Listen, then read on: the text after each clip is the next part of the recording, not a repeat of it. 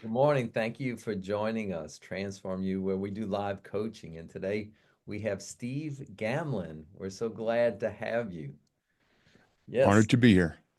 So we'd love for you to introduce yourself and let us know what you would like to work on, and we'll jump right in. Yeah, my name is Steve Gamlin. I recently turned 57 years old.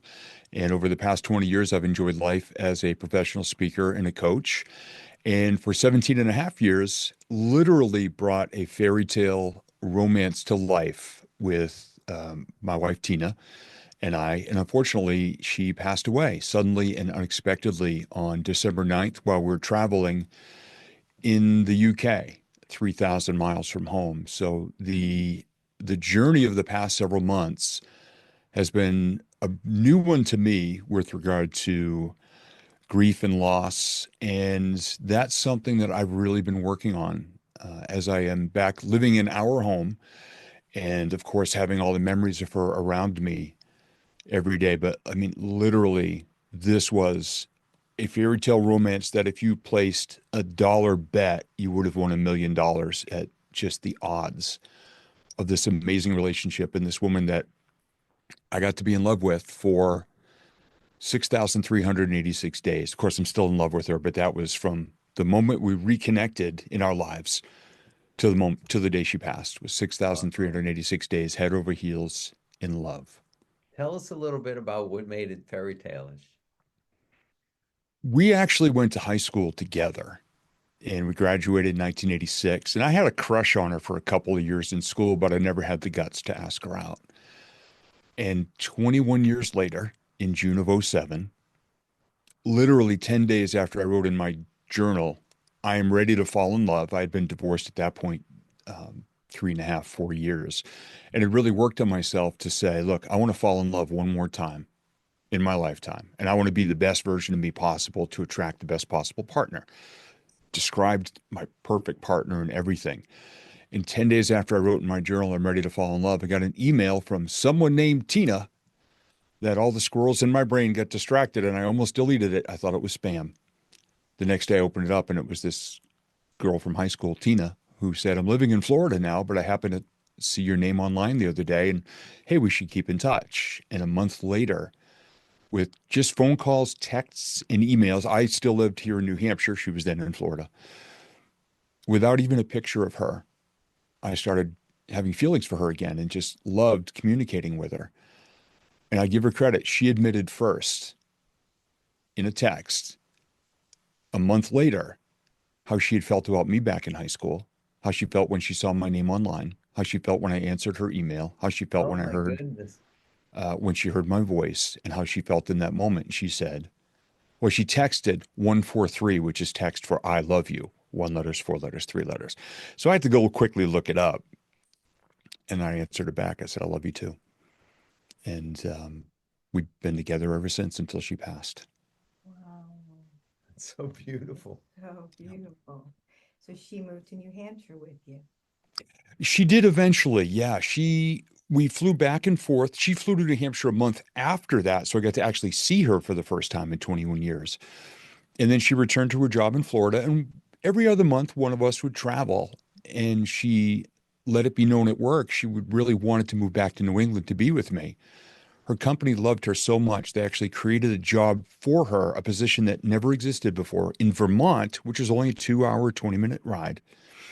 She worked there for 4 years. And then she said, I really want to be with Steve. Somebody from their corporate offices, knowing how great an employee she was, created a position for her where she could live in New Hampshire, work from home, and we just have to travel once or twice a month so that she and I could be together every day. Wow. She was really a wonderful human being. She was Yeah. amazing, beautiful, smart, caring, loving, kind, everything. And I miss her. I miss her all day, every day. And I've surrounded myself with so many reminders of her.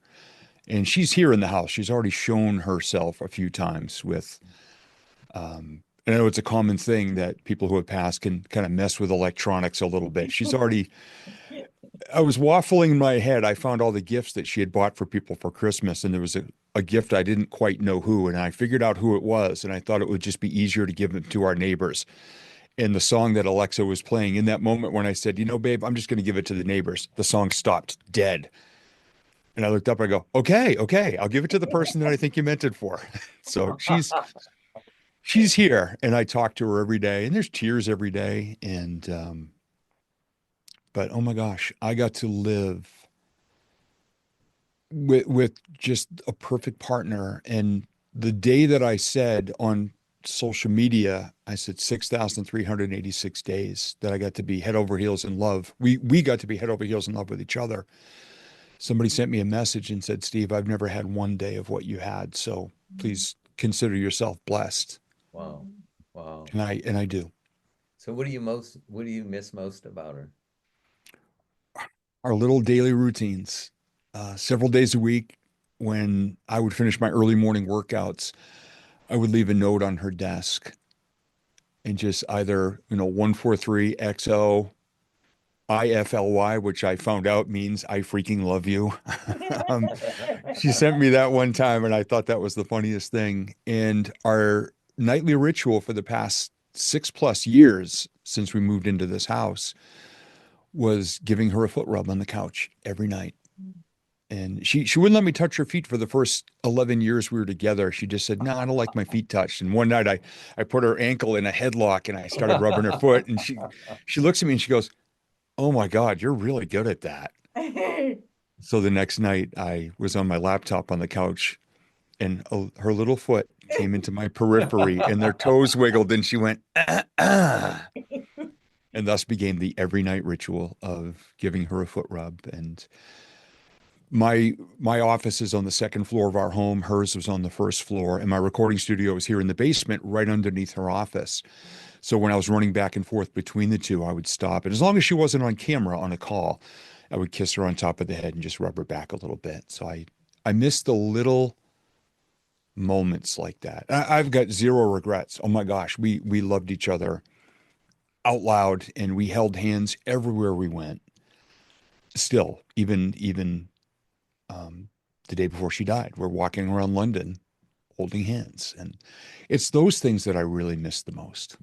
Was so interesting, and I love that we're doing this, because what's so powerful about what you're saying, one of the things you loved was giving to her. Yeah. It was the giving that you miss. You gave the foot rub, you gave the holding hands, you gave the peck on the head, the rubbing of the back. You gave.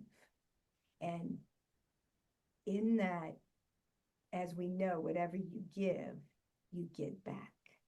Are you ready for a journey of self-discovery and healing? Introducing A Roadmap to the Soul, a practical guide to love, compassion, and inner peace. This book offers practical tools and insights to navigate your inner landscape, release emotional blockages, and embrace your authentic self. Start your transformational journey today by getting your copy now. See the link in the description. And now, back to the lesson. Mhm.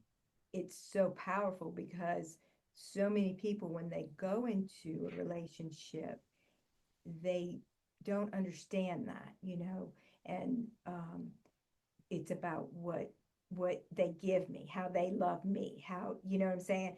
Yes, that's important, but it's so powerful because I believe that it was so powerful because you understand about giving, and obviously she did too. It was both ways. That's why it was so powerful and so connected for so long, that it was in the giving that we get back, and it's in the giving that at this moment is what you're missing. Not that you're not missing her, but all the love that you have for her, that you Yeah. didn't just hold it. You continued to give it over all of those years. And it's and the joy, the strength that comes from that, and then the receiving that you were able to get from that. And you know, one of the things that is really powerful that people need to hear is that you took the risk to do that. And now that she's gone, physically, is that it's worth it. Yeah. And so many people, they're so afraid to go that deep again, because when it ends, death or unfortunate things, is that they don't want to feel the pain, because the pain is as deep as the love is. Mm. However, it's so great for your testimony and your witness to say it was those 6,900 and how many 6,386 days. Yeah. yes, that every day was so worth it, even though the pain is that deep. Mm. And people need to hear that. I just really want to honor you for taking the risk and opening up your heart, because it's a decision. And even though it is that painful, but the love helps be like a blanket Yeah.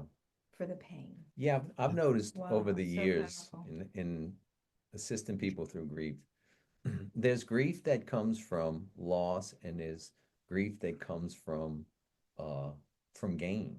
In a sense that I think of I think of some people, sometimes they may lose a parent, and the grief is not about just losing a parent, but it's what I didn't receive from the parent that's coming up.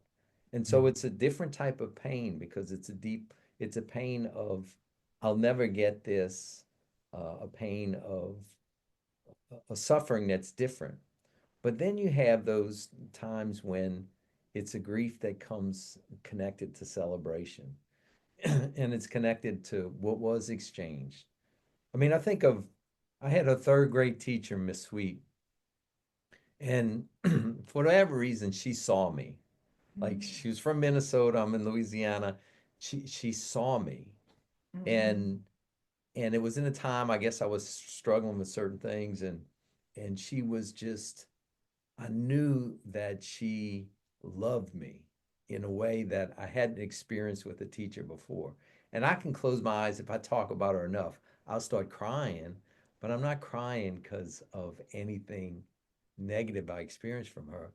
But she created a mark in my heart of feeling loved that was different than I've ever experienced. And it's a beautiful suffering that's a mark from being loved. And it's extraordinary to hear your testimony, because it's like I said, well, what was the fairy tale? And you start explaining it. It's like, wow, this is a high level of a relationship Yeah. that is rare. And it's really the tragedy, yes, the loss, but it's a loss connected to like Miss Sweet. It's a place that was really experiencing life at such a high level. And so I think that's beauty in itself. When you look at your own process, I guess it's like grief always has to do with letting go and holding on, and it's a combination. And Mm. I guess there's what is it at this point are you letting go? Because obviously there's cherished memories that you're holding on and that you're still working with. But what is it that you're needing to let go of right now? Right now, it's some people who have been part of my life who, with Tina not being here anymore, there are some fractured relationships there. Mm, And unfortunately, the words and behaviors of some people, where Tina was the common element, that's been a bit challenging. And we all grieve in different ways, which I understand. But I've really started to get very reflective upon the energies that I want around me moving forward, because Tina obviously was the best. I mean, we were not a 50-50 relationship. We were 100-100 the whole way. And my eyes have been open just some different energies that are out there now. So in a way, I'm grieving the loss of a couple of connections, but I'm also happy because they were necessary. And taking time away from these people actually finally allowed me to start to grieve Tina and the loss of Tina, and to actually feel more than just anger, because there's so many different stages of grief. But boy, the anger one gets really, really loud if you don't address certain things. And putting that aside for a bit has allowed me to really grieve more emotionally, and I believe effectively. Yeah. Well, and I love that you understand that, because so many people don't understand what grief is, that, first, of course, we're in shock. We're just like, can't even believe what's happened. Even I don't care if it's in front of you, you just can't believe it. And, waiting for her to walk through the door, or, just different things, could be on any day that can happen to us. And then angry that it did happen, and then the bargaining of, okay, well, if we wouldn't have done this, or we wouldn't have went there, if we wouldn't have done this, and maybe this wouldn't have happened, like trying to figure it out in our mind. And then from, the next thing is I'm feeling very hurt, scared, lonely, just emotional pain, just depth. And then from there, some acceptance of, okay, she's not here, and then what we did have, the gratitude, and then doing the cycle all over again and all over again and all over again, and really embracing each part. If it's, that I go through it in a day, it takes me a month that I go through it. It's like a wave. I always try to tell people, grieving is like a wave. It's like the minute you feel one of those, the next wave comes. It could be a typhoon wave where I'm crying for 3 days. It could be 3 days of anger. It could be 3 days of bargaining, and then it could be a short wave where I do all five of those in an hour. But it's like really getting on the surfboard, as you're talking about, and riding the wave. Riding the wave. So at some point, will you ever, like for me, I've always tried to tell people, is if there's something that is so precious, because it's like there's Tina, there's the relationship, there's our friendship, there's our love, there's our friends, there's our lifestyle. Like it's not just Tina, it's all of those things that you're grieving, because your whole life now is different. It's holding on to that, but then also grieving each piece. So it's, on any wave, it could be one or more of those at a time.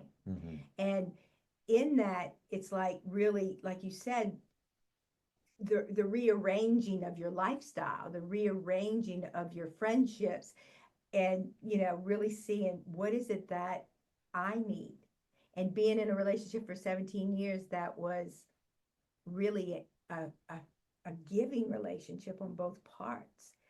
Is that, okay, now I have to introspective focus here for a while, so I can ride my wave, so I can stand back up on the sand. Yeah, and it's important to see So that powerful.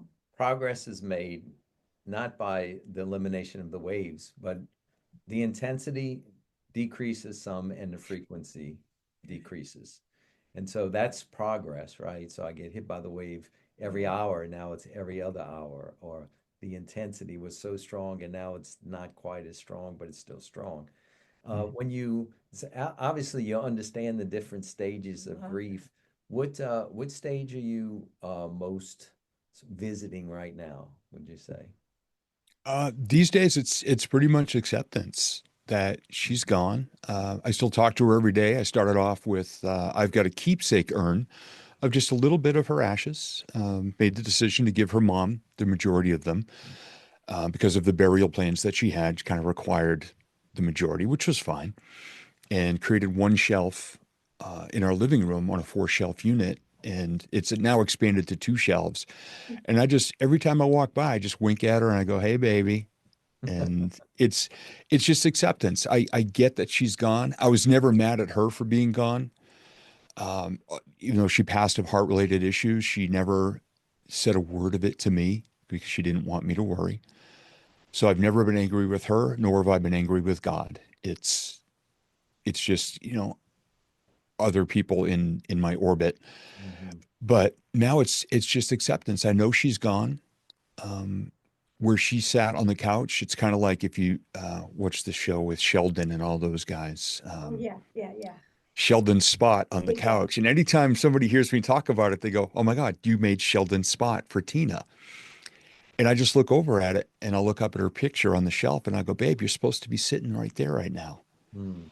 I made dinner tonight. You would have loved it." Because we would make dinner together at least 4 nights a week. And it was a joyful part of our week.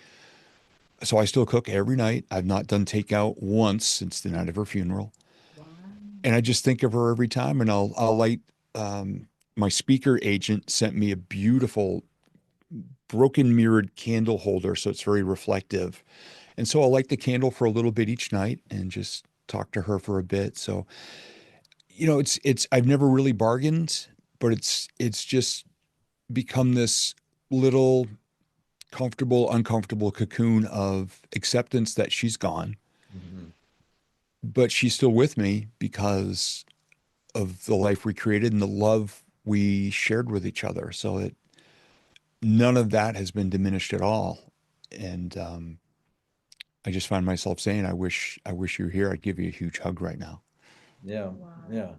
Well, it seems like you have an awareness that you're still connected to her very much so in the spirit, Yeah. right? And that there's a physical presence that's not there, but there's a spiritual Right. presence that you have some awareness about, and that's helped you in the process, huh? Yeah. She sent me a couple of cardinals because I know those are a bird that indicates a visitor. There have been two. One was the day after I got home from England safely. There Mm. was a cardinal in the snow eating birdseed below the feeders. And last week there was another one. And I asked her to show up. I said, "Babe, if you're around, if you can, just show up today." And the next morning, there was a bright red cardinal in the backyard. And I got a couple of good photographs. And it was looking straight up at my office window, Wow. not even aware of its surroundings and the squirrels that were out there trying to get the seed. It just kept looking right up at my office window. And I was just winking. I go, "Thank you, baby." And I just talked to her just like that. Yeah, yeah. Wow. Just to shift a little bit, if you don't mind, like you and Tina had such an extraordinary relationship. Mhm. And Yeah. for our listeners, what would you say was the secret to y'all's ability to have such a great relationship? As I said, first off, it was 100. There was no holding back. And the Right. the whole time those years I was working on myself, she was in Florida working on herself in the relationship she wanted. Mhm. The biggest thing for me was learning her love language Wow. and teaching her mine. Now I'm all about cuddling, snuggling, little notes and cards, keeping it simple, but gestures and physical touch. Well, I quickly found out that was hers as well.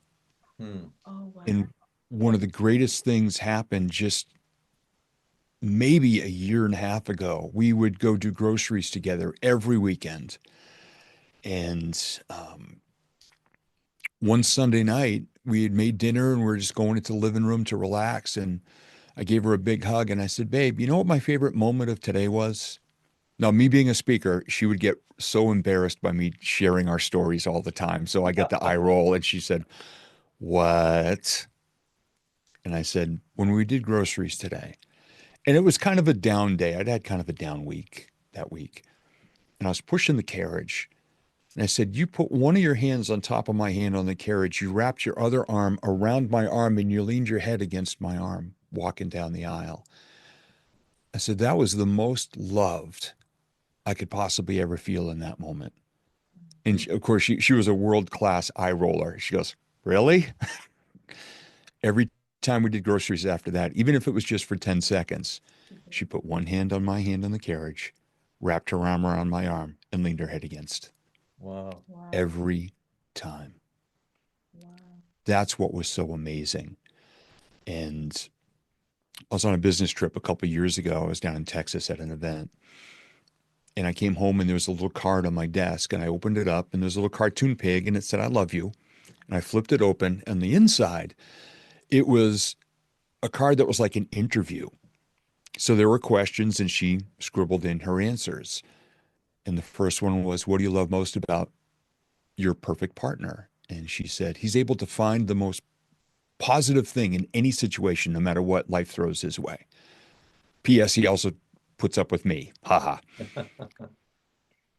And it also asked, what is your favorite activity to do with this person? And she said, snuggled up on the couch every night watching TV and talking. Hmm. And I just thought that was so amazing that, I mean, I already knew that was her love language, but for her to be able to say it, because Tina was a very private person. Believe me, there is a beautiful blue-eyed angel in heaven right now wearing fabulous shoes, rolling her eyes at the fact that I'm sharing this with your audience right now. But it feels so good because I get to relive it. And that's something I always told her. I said, babe, I've never told our story. I've relived it on over 300 podcasts all around the world and over 100 times on stages. I said, what we have is something so special that a lot of people will never get to enjoy. Mhm. So if I can share our story and inspire somebody to maybe give a little more than 50% one day Yeah. and get those numbers going, I would love for everybody to be able to enjoy the relationship that I had. I wish it had been a lot longer, but I feel very, very blessed that I had. And I always called her my Tina.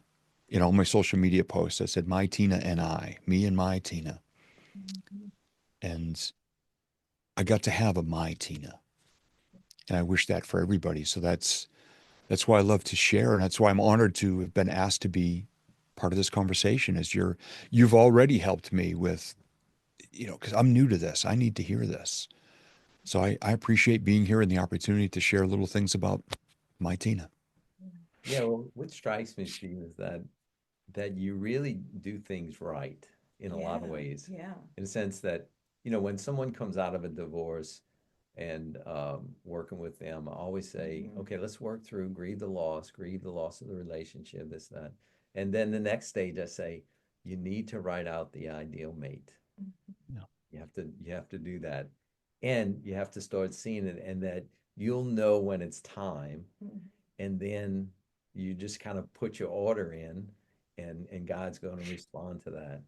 And so, you had this whole way of transitioning out of a previous relationship and preparing yourself for Yes. the next one. And obviously, she was doing the same in her own way. And then all of a sudden, when it came together, there was there was lots of preparation to create what you all did. Right. So oftentimes people ask, where do I find my best mate? I say, you're going to find your best mate by doing your own work. Exactly. And Yeah. if you do your own work, then you're going to meet someone that's of the same height or level and so forth. So in that sense, you really did it right, and I certainly commend you on that. And then listening to you navigate the loss of her, and there's so much beauty in the way that you're navigating this, and it's like it's the if there was a formula, you're walking in the formula, Yes. and there's an honoring, there's a memorial that's always important, is to do things to remember. There's a allowing yourself to go through the process. Mhm. There's the navigating the transition, and it's like you're just a great example of someone. You really don't have a whole lot of advice to do anything different than you're doing, and just to continue to navigate the road that you're on, and to see where it's going to evolve next.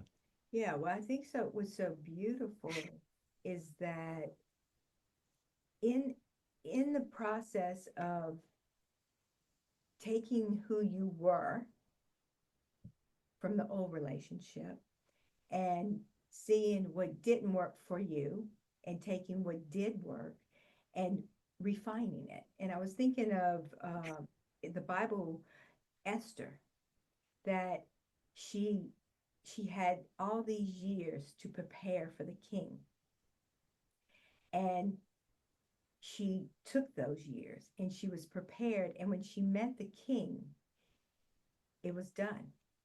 And in that relationship, she was able to have a voice. She was somebody. It wasn't just, he chose her because of this, but she was somebody. She was Esther. And in that, he was the king and she was Esther. And there was a movement. There was love. There was transition. There was importance. And it's like in that both of you were preparing yourself for your queen and your king. And when you found each other, you became those people and you did what you learned and you didn't let fear rule you. Because you can either do one or two things. You're either going to make decisions out of fear or you're going to make decisions out of love. And they look very, very different. And the rewards are very, very different. And you can tell by doing the work that you did, obviously the work that she did as well, is that those decisions were out of love. Because when you shared, like, the best thing is, and how much loved you felt when she wrapped her arm around you doing shopping and she put her hand on your shoulder, she heard you and she wanted to make sure that you had that feeling over and over and over again. And that fear did not stop her, that she took the love that you felt and she used it to give it back. And, in that, so many people make decisions out of fear. They do it, they would have maybe done it because they were afraid you wouldn't think that she loved you, or so they would do it out of a fear thing versus out of a complete heartfelt love of giving.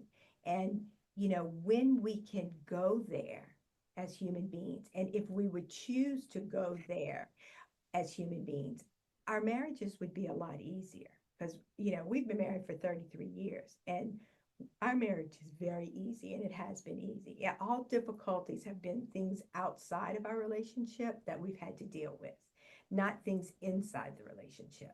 And in that, it's the wanting for the, like, I want Dean to have everything that he is to receive on earth. And I want to be a part of that in the sense of assisting. I want all of his dreams to come true. And I know he wants the same for me. And, my prayer since 2017, we've been married since 91, but since 2017, I have prayed for God to download all the love that he has for Dean to me and allow me to be the person that shows it to him on earth.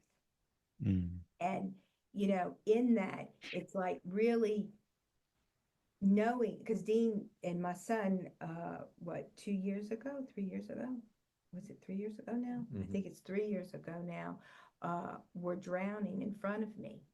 And, it was, it's a miracle they were saved.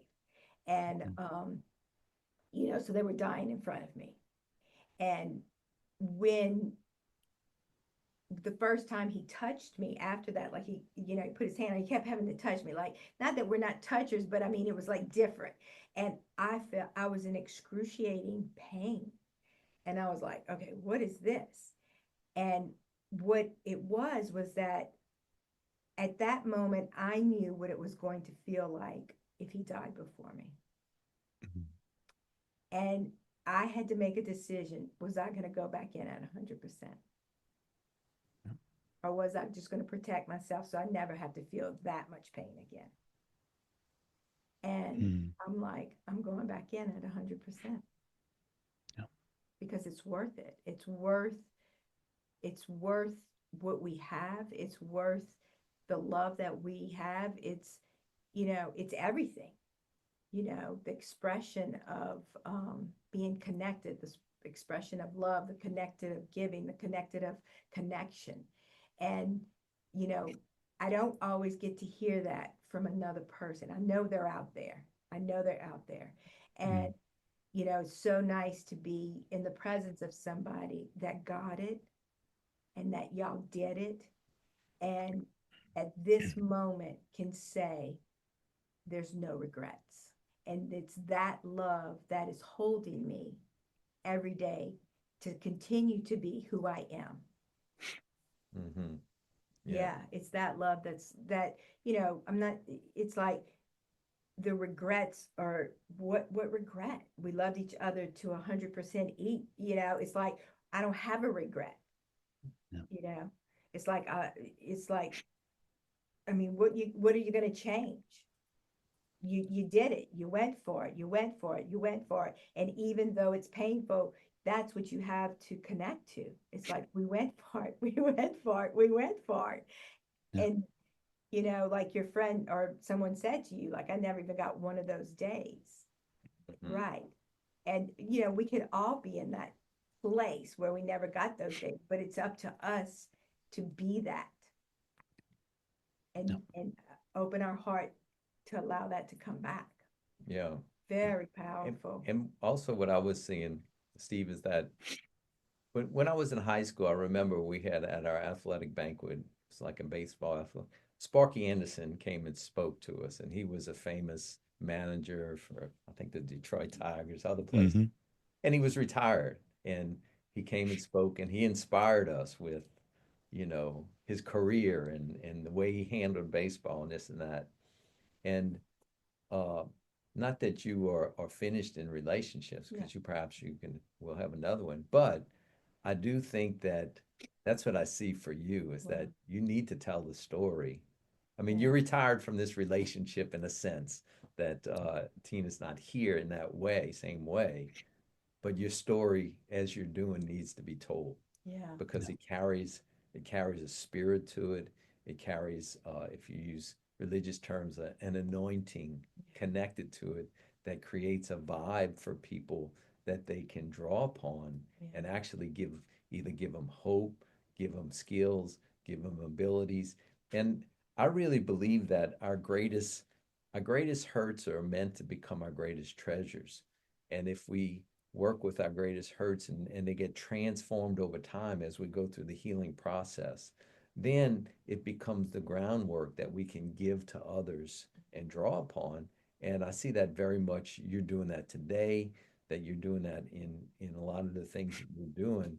And I just really support that Yeah. because people need to hear the story of you and Tina. Yeah. Yeah. I And Even appreciate more that. now. yeah, Even more even now. more now. Yeah, Yeah. Yeah. it's really Right. important. I think it's even more now because yes, it was so important while it was happening and you were sharing it. And it's even more important now because it helps people stop the fear. Like, you know, it's almost like you see someone, I mean, this is like in public, but you see someone hurting and you want to reach out, right? But why don't we? Why won't we? You know, it's the fear that keeps us, them rejecting us, them saying, what are you doing? You know, this is none of your business or whatever. But it's the love that wants to reach out. Mm. And we get that way in our own relationships. It's like, I don't want to be rejected again. I don't, you know, whatever it is. And it's like, no, reach out, do it. And so what if they say, I'm tired tonight or you know, I don't feel good or whatever. Who cares? Reach out, reach out. So, because you have the other side of it too. It's like, I am functioning. I am awake. I am still in love. I still can connect to the world and connect to people because of that love and that relationship. Yeah. That it's still giving life. That in her death is still giving life. Yeah. Yeah. It's so good. Well, let's go Wow. ahead and land the plane. But what is it? Let's each share. What is the takeaway from today? What is it you're going to take from our time and Oh, I'll go conversation? first.